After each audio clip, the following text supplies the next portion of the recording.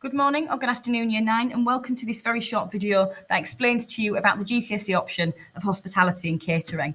So for those that don't know, hospitality and catering is where you learn how to cook and learn more about the food industry as a whole. The hospitality and catering industry is one of the largest areas of employment in the UK and employs more than 2 million people.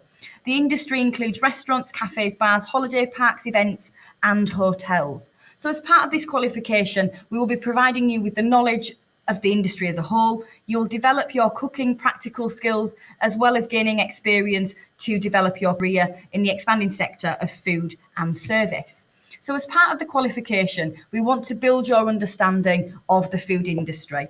We give you knowledge in terms of different job roles within hospitality, so thinking about kitchens and front of house, so people that you would see within a restaurant.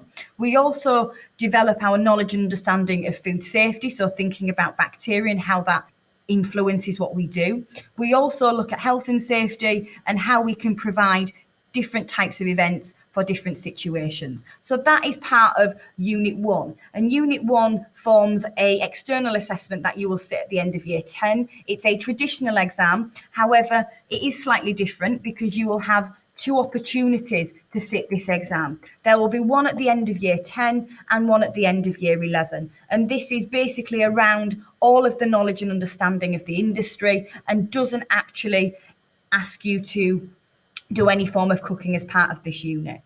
The second unit is where we develop our practical skills and where we look at how we can become independent and how we can develop those techniques and presentation techniques in terms of our practical cooking skills. So for Unit 2, we're looking at how you can develop your understanding of nutritional value of food, how you can incorporate flavors and spices into your food, how you can learn how to create really highly skilled dishes, including filleting fish, thinking about making pasta from scratch, thinking about how you can use a knife safely and use those chopping techniques whilst building your confidence and independence and thinking about your leadership and management skills that are really important as part of the industry.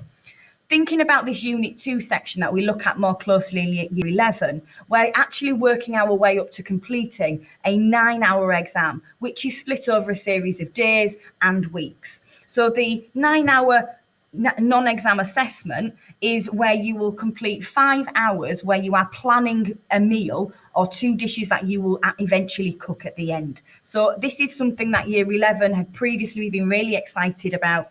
They spend a whole day cooking 2 dishes. It could be I'll just put the images on the screen here. These are some examples from past Year 11 students of what they've made on that day where they've spent the full day cooking. You can start thinking about where you want to maybe make chicken burgers with your own homemade bread, your homemade coleslaw salads. We're thinking of preparing a whole meal where you've got different components, where you've got rice, you've got curries, you've made your own naan breads and your own wraps to go with that.